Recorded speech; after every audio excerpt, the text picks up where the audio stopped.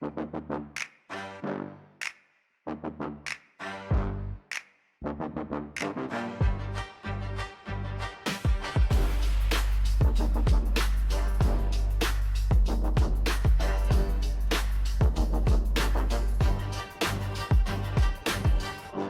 intention was very clear. Leave all the organizations, whichever I was part of, and then go to Dubai and settle a life there. Okay, I'm a bit confused. So you became a member of YI Chennai in 2015, and then you became the chair In 2016. in 2016. There was not even one member who was ready to take up as an easy role. Yeah. And me and Dilip sat together, we framed one by one. By the end of the year, we had about close to 15 people. I'm the national chairman for YI. I know I only have 1 year to prove. And prove what? Prove not on who I am, prove on what we can do. If I have to go from Chennai to Pondicherry, I can reach Chennai to Pondicherry in 3 hours, in 2 hours, in 1 hour, in 15 minutes. It's the vehicle what you're going in, and you should know which direction you're going in. So the journey of life is that somebody is going to spit on your face and you just have to wipe it and say thank you and you need to move on. Most people who lead movements don't start with a vision. They start with a broken room and a choice. My guest today runs a global manufacturing company, exports to 52 countries, Stanford educated. He had every reason to stay in his lane.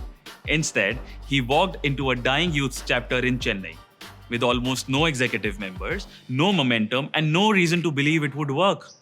And he stayed. What happened next is not a leadership story, it's a human one. This is Story Behind. I'm Ravneet. Let's get into it.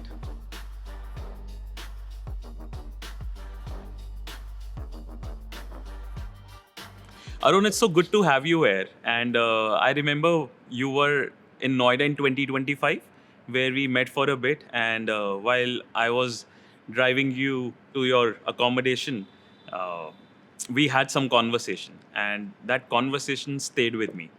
And when I went back home, I was thinking, I wish I had a camera that we could have recorded that and shared it with our cohort or even the larger audience who's probably going through a transition phase in their life or stepping into a leadership role, or not even that, who feel helpless when they want to think of giving back to the society. And I'm glad that you're here and we found this opportunity to do this now. And when Kanan messaged me that you've confirmed your visit for our Pathfinder, I got really excited. Thank you for coming all the way to Noida for us. I'm glad that I'm here. Before we step into the national chairship role at Young Indians, for you, I really want to know what was your life like before you joined YI. I believe you joined in 2015. So who was Arun in 2014? What were you doing, and what changed you after joining YI? So 2014 was, I would say, this is my version 3, Arun version 3.0, I would say life before 2014, life after 2014, how gradually things changed. So 2014 was the year when I decided to move out of the country. So I wanted to move to Dubai. And the intention was very clear. Leave all the organizations, whichever I was part of, and then, go to Dubai and settle a life there. Because I always had a dream and vision of having multiple factories. So the space where I am, Middle East is the best option for us and the first option for us to go and set up factories. So in 2014, we had almost 5 multinational joint ventures. And we were about to set up factory in Dubai, in Oman, in Saudi, in Malaysia, and in US. And saying that 2014, I decided that, okay, let me move first to UAE and set up a factory there. And everybody was set up, my family was set up. And Diwali happened. And after that, literally the oil price crashed from $120 to $20. And it was very, very difficult times, So all the joint ventures, they pulled up. They said that, we are not going to move forward in setting up the factory. The process, the paperwork all started, but then it did not kick off. And then there was a floods in Chennai. Big floods happened in Chennai. So for that reason, I had to stay back. So I stayed back. The factory was blown off, the Chennai factory. And That's the only factory? that was the only factory that time. Okay. Yeah. So that was blown off with the high speed winds, and decided to stay back, wanted to rebuild the organization again in terms of, because I was about to move out, so I hired a professionals to run the organization. And during that time, there were heavy, there was a lot of fear in the organization because they thought that we are going to sell off the business. Okay. So the situation, because we got professionals inside the business and all those things. So they started agitating and they went on a big rampage in terms of, there were about, out of 350 people, about 250 people resigned from the organization. So that was also one more reason for me to stay back. So there was a reason for all those things. And then eventually I decided that, I'm not going back now for some time. And from my office, they applied for CII membership, and that's how I landed up at YI. That was the first instance of you getting into YI. That was the first instance of me getting into YI. Went there into the CII office where YI, the current then chair, and the past chairs were there, and then two of them, one was Dilip Krishna and Siddharth Khanariwal. So they interviewed me, and then probably I got into the system, And then after that went for the Kashmir retreat, which happened. So just applied because I had nothing to do, because I left all the other organizations in 2014. Right. So the Kashmir EOI, I applied, and then I got a chance to go there. And that's how my journey in YI started. Okay, I'm a bit confused. So you became a member of YI Chennai in 2015, and then you became the chair In 2016. in 2016. Okay, now I'm curious. I want to know what happened. Is that even possible? So when I went to Kashmir, I did not know anybody. And when I came back from Kashmir, I had almost 20, 30 of them who became very close to me. And that's how the then chairman, Shauryavir, who was a national chairman, was available. He was there in the retreat. Then we had the next year vice chairman also in the retreat. And somehow they identified me there. And then, after 3-4 months, they reached out to me. Raghu reached out to me and said, Arun, who was our national chairman 2016. So he reached out and he asked me, Arun, we want you to take up the chapter chairmanship, chapter chairship. And I was like, Raghu, I don't know anything about YI. I haven't been in any of the programs except for the Kashmir or one innovation, summit which happened in Bangalore. But how do you think? So we know who you are. So you just need to accept this. And I walked into my annual day without knowing much about YI, and I took up the chairship then. So this was I think it was not a choice, it was by a chance. But what happened with YI Chennai around that time? YI Chennai has been, one of the founding chapter and great leaders who emerged out of YI Chennai, many of them. But I think 2015 was a transformational year for YI also at large, because there was a sudden increase in the kind of activities and the initiatives what was happening. So we're streaming down our projects, our initiatives. Yeah. And Chennai was also doing well. But then I think there were instances where, I don't know much about 2015 plus, like before that story. But what I know was that 2016, when we started our initiatives in Chennai, we hardly had anybody except for me and Dilip Krishna. It's a reset. It was a reset. It was like a complete reset to the Chennai chapter. And by the end of the year, we were able to turn around the table. Chennai was one of the most happening chapter across the country. And I did get recognized for being the resilient leader of the 2016 from the nationals. Yeah. I'm curious. I mean, what was happening in YI Chennai during that time? Because now that I'm looking at it, that you were already going through a reset in your life professionally, 2013-14, and then you enter this organization who's also actually going through a reset, and they give you a role which is to lead the entire chapter, and you accepted that and you knew that the chapter is in some sort of trouble or it's resetting. uh, Knowing and also going through a phase of a professional reset, I mean, it's very tricky. So what made you stay? I mean, what clicked? I'm sure something clicked with you at that moment, irrespective of your own belief.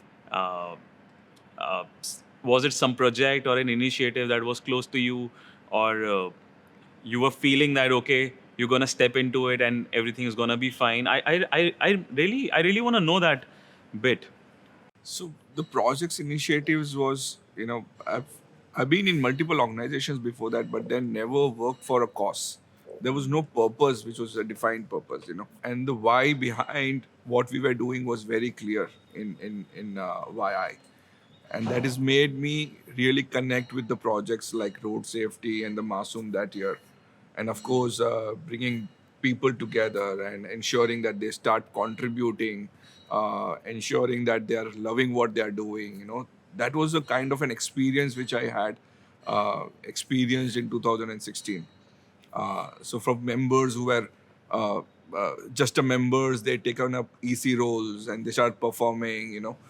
That was really exciting, and that kind of camaraderie of people when they come together, it really mesmerized me with the vision and the purpose of the organization. So why is actually that's how I felt. I got connected to the organization.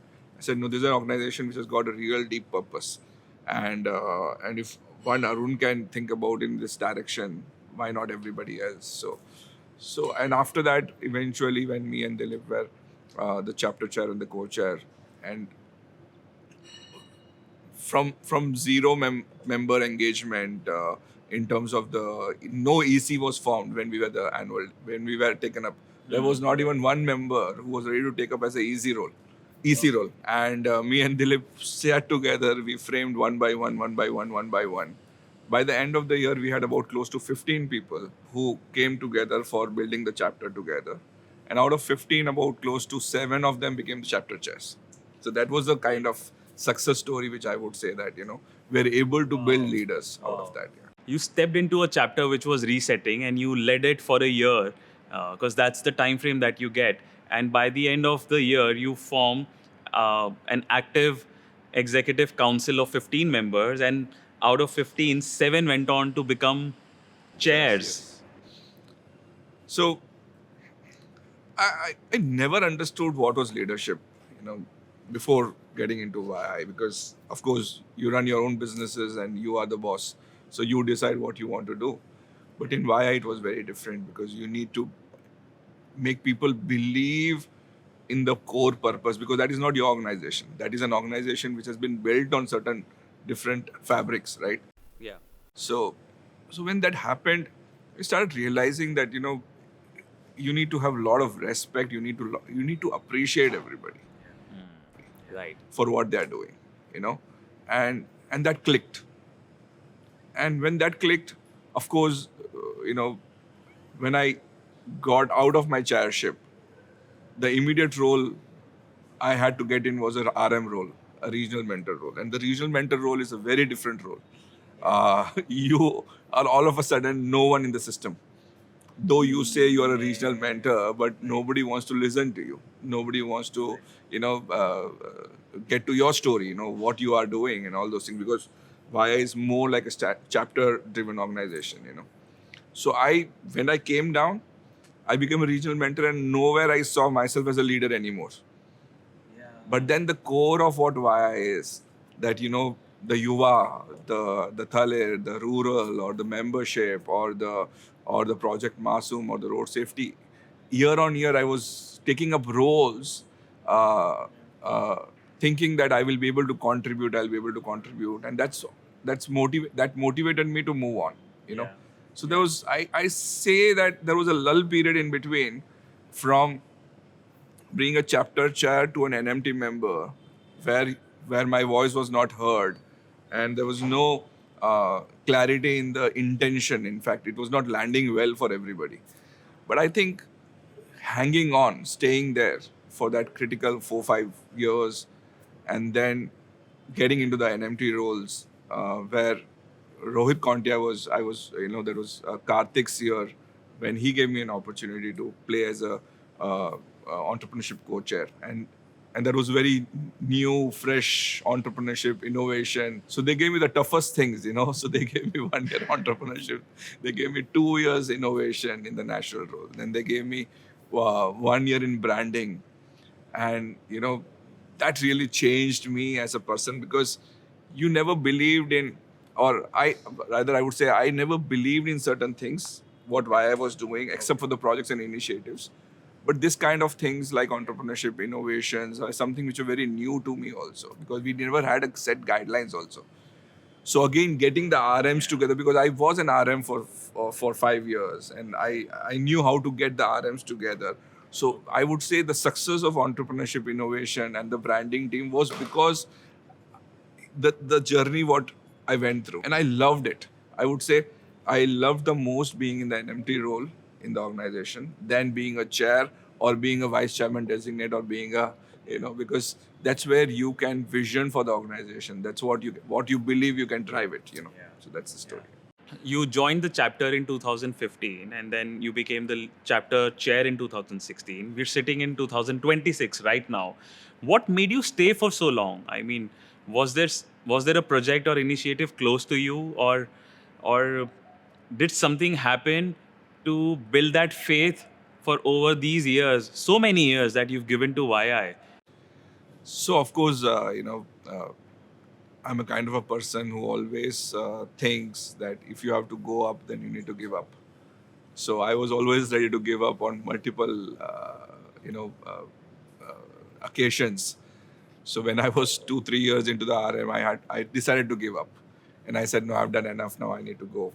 And something happened, and then a phone call from a friend or somebody from the top, from the national leadership. If they call up, probably you cannot say no.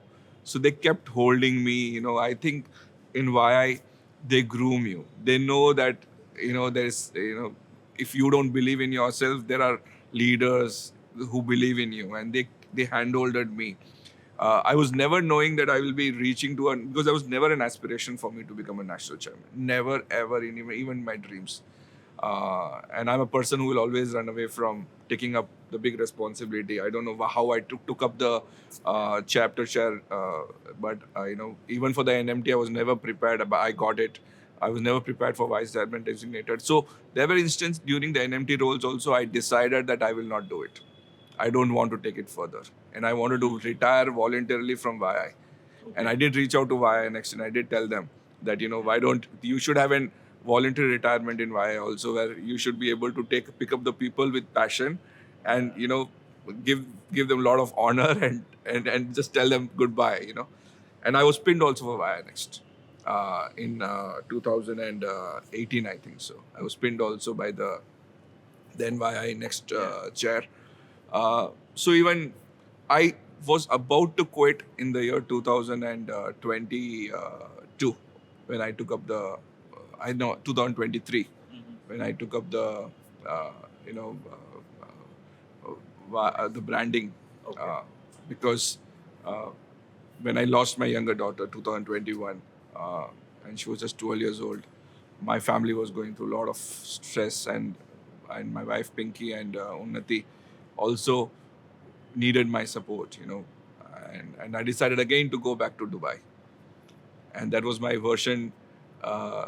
And I thought that that's a place where there's a calling for me. I don't know why there's always a calling for me from Dubai, and that was again one more decision which we took, that I'm going now, and in next 1 month, I got a call again and asking for me to take up the vice chairman designate post, and I was like, really, I'm not prepared for this, and I'm not going to be there, But somehow I think the sheer purpose of the organization, I said that if Arun as alone during his chapter leadership, he was able to do a little small impact, if at the national level, at the position where they're offering me to serve the organization with millions of school children and with over 2 lakh college students with over 300, 400 rural communities, and the kind of membership and the engagement what we are doing, the work is going to be fantastic. And even in 100 years, my 100 janmas, I'll not be able to do something like this. So with a lot of fear, with a lot of anxiety, I took almost about 2-3 weeks to decide on this, whether I should take it or not. And then probably with the permission of the family, with the permission of my professional friends, I did take a decision to step up there. But it's a journey. And that too during a very critical time, because uh, personally, because you lost one of your daughters in 2021, and you're still part of YI. And uh, how does that loss change you as a person? Because it's really tough, and even as a leader. It broke it, not only broke me, but it broke my entire family. Losing someone who is of course everybody loses their parents. We have seen people losing their parents from our childhood, but I've never came across where parents lost a child. So it was a very, very difficult moment for all of us, and it was very difficult for us even to think about losing her, or going out of uh, our space. Of course, we had our support systems also, uh, uh, and I still feel that she's still around me, not in the physical space, but in the spiritual space, in the spirit space. She's still there. So it's difficult. It's not easy for anybody, and I think the decision of me taking up this position was also because of that. Because when she lost, when we lost her, she had lakhs of rupees in her account, but she could not do anything about it. She had her life insurance, she had her money in her account, she had all the wealth what I created for my children, you know. But not even a single rupee she could, use it for her benefit. And that was one reason I decided that that I need to take up this, because it's fine. I'm giving 3 years of my critical life for this cause of YI, because YI is such a fantastic organization. The kind of work what we do is so good. I said that's why I said no, 100 janmas be if I take, whether will I be able to do it individually, I wouldn't. And because of my daughter, I took up this. Did YI fill a gap when she was gone? Of course, Vaya is filling that space. Vaya is filling that space with, I think, for a very good reason, because it is keeping me. Uh, the purpose uh, has become bigger than individual. So it is no more about. I'm thinking more about the country now, the universe now, about the YI now, than just thinking about me, myself, and my family, which is contented to 3-4 people. I don't want to do that. So this is something. I know a loss like that can change how a person looks at time, and I want to ask you with the time now, and with mainly your theme, which is One Bharat, One Spirit. How did that come about? I know we're in a population of 1.4 billion, and you've traveled region to region, and you know how it is. Uh, what does that spirit look to you? I really want to know that. One Bharat we often hear of, but what does this one spirit looks to you? So this is like my dad moved 1957 to Chennai from Rajasthan. And though he was a Rajasthani, he had to find his space to be in a Tamil Nadu. Yeah. And being in Tamil Nadu, you need to speak Tamil, you need to, be in that ecosystem. So always, there is a struggle, right? And I've seen that though we say that we are one Bharat, I've never seen one spirit in Bharat. There has always been a division. There has always been a division of color. There's a division of borders. There's a language barrier. There are so many things. Of course, we all say that we have to be united, and think about the country. But then I always felt that we are very, very different.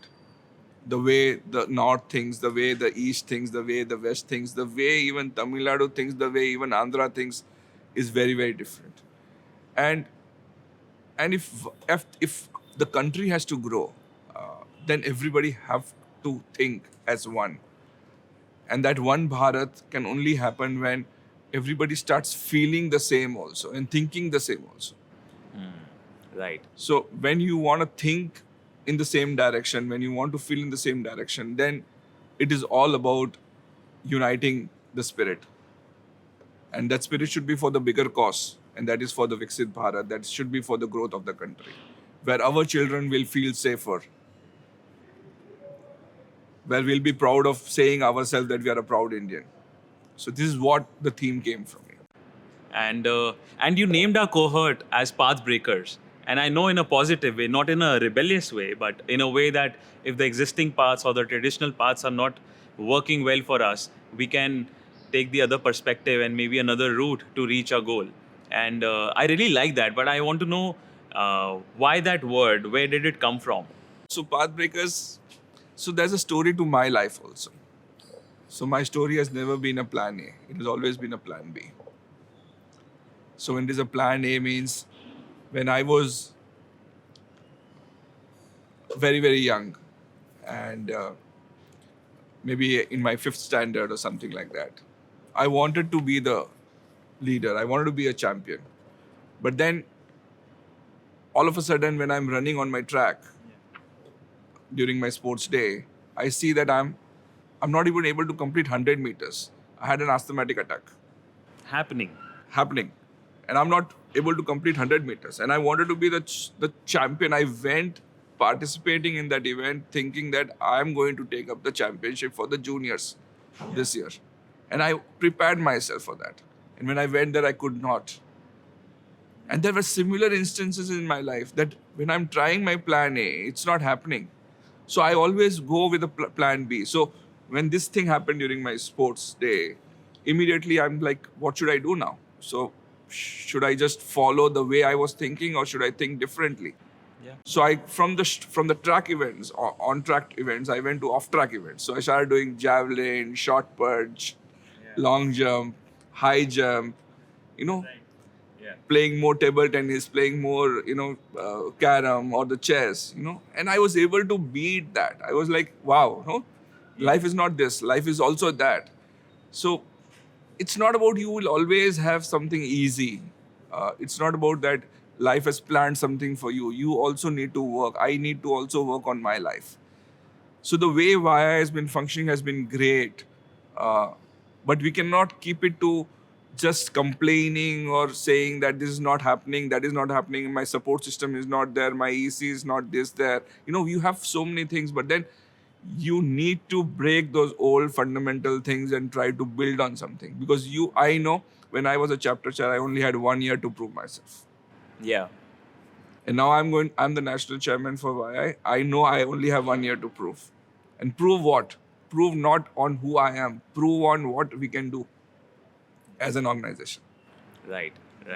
So that is why the Pathbreakers came in. That it is not, you need to think in the space of growth, not in this. So there are double meaning, in Pathbreakers that you have to be rebellious. No, the intention is not that. The intention is that you have an opportunity to make things better. Right. And you need to create your own path. So that is why the Pathbreakers came. And in fact, this was picked up from Ahmedabad. So they have a summit called as Pathbreakers Summit. So I'm a preacher, and I believe that if something is happening well, you should pick it up. I 100% agree with you because I was the house captain in school, and during sports day, especially if there's no participation in any of the activities, the house captain had to come in as a supplement.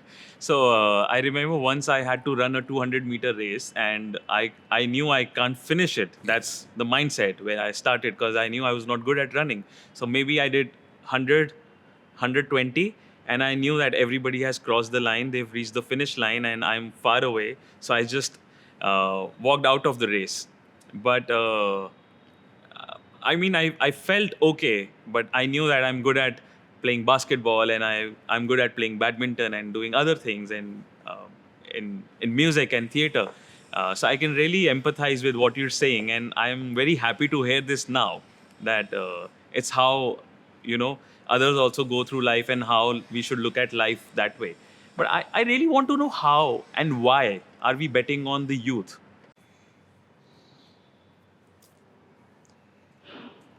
Today, 60% of Indian population is less than 35 years. Less than 18% are the population of below the age of 18. Yeah. And we are the youngest of the world. And and YI is in a very nice space where we are now working and empowering the youth. And if YI has to become truly the voice of young Indians, then youth is the way where we need to empower them, give them the direction, make them more responsible. And that can only happen through an organization like YI, which has got real ground effort. The kind of work what we do is actually the most important work. The focus of our country is on two things. One is the infrastructure development, and the second is the manpower development, in the sense of how the youth is thinking and how the youth is getting engaged. And I think YI can engage them very well. So that is why we want to focus on the youth. What I have sensed by going to colleges and speaking with all these students, they don't know. They don't know what power they hold, you know, what lies for them. For them, it's the end of the road if they maybe fail in an exam or even in a first year or a third year. And we know that it doesn't matter. And it's so difficult these days because you have phones in your pocket. You just take out the phone and there are so many options for you to choose from, positively, negatively, whatever. And when we are going and speaking to this yuva, we see that it's not working the way it should work. I need your opinion on it. That what can we do and how can we engage them more in a more meaningful way? What you're asking is a very valid question, but then I would strongly recommend people have to witness, they have to see, and they have to experience. So even before we tell them or ask them to do something for the country, probably they should see and get inspired by the work what we all are doing. YI stands in that space.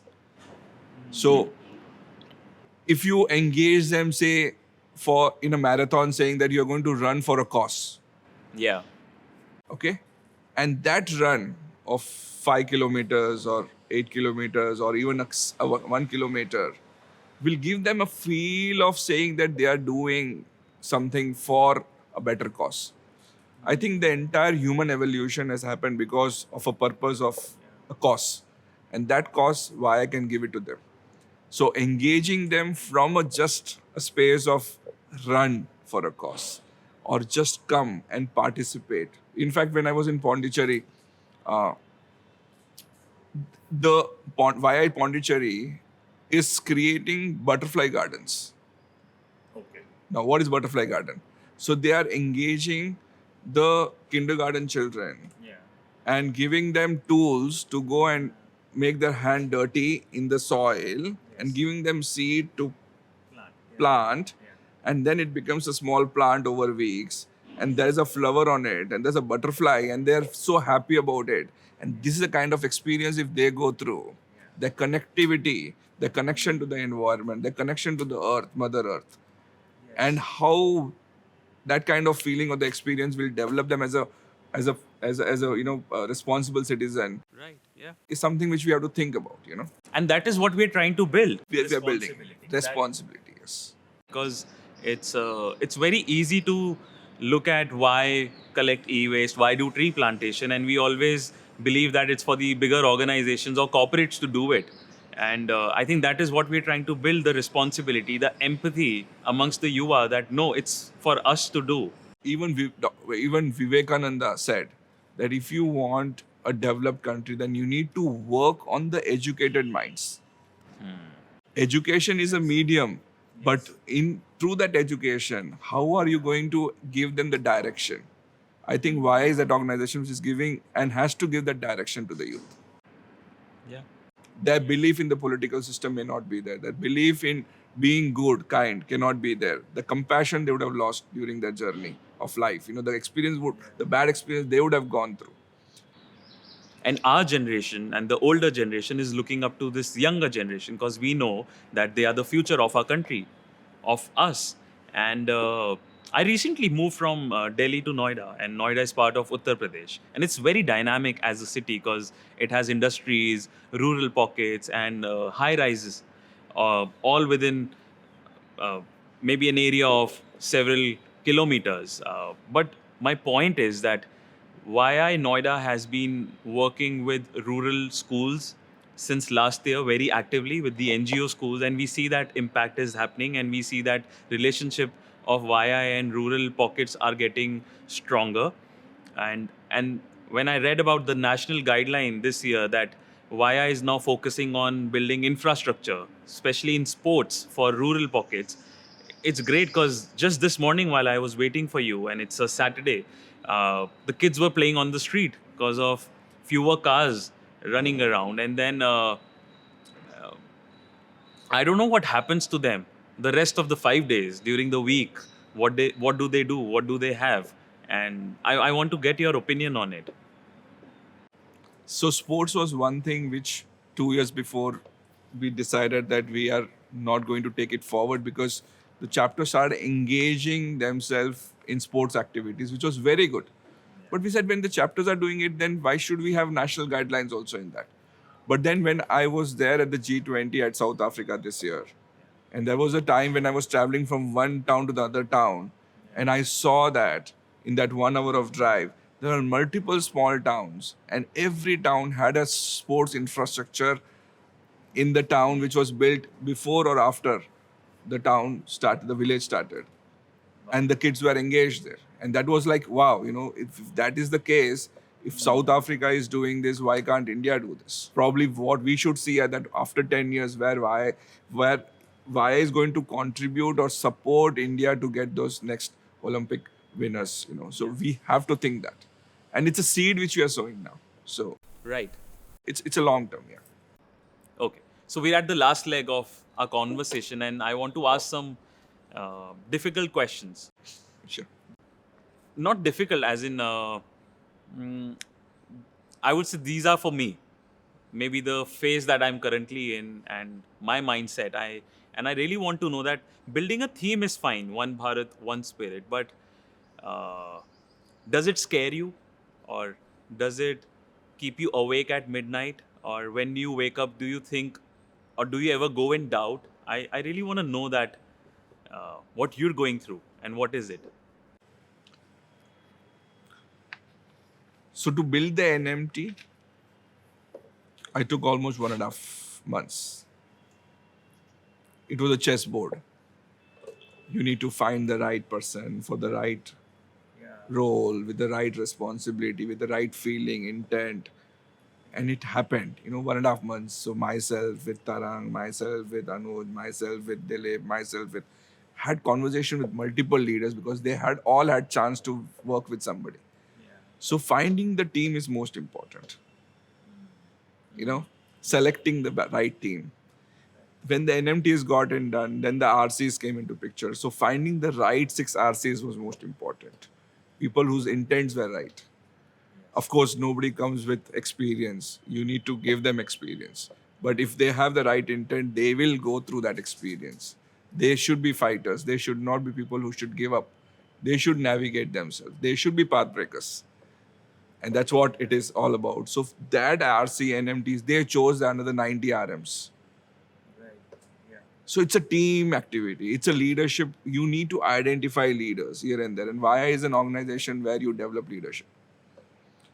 So whether it will work or not, I don't know. But I believe in the cause of the organization. I believe in the fabric of the organization. And I feel nation building is something which is bringing VIA together. 7,800 successful entrepreneurs, professionals from across the country are coming together is only for that one reason, that there's a cost which is attached to it. And that is beyond themselves, beyond their city, beyond their state, beyond the region, right? As a country.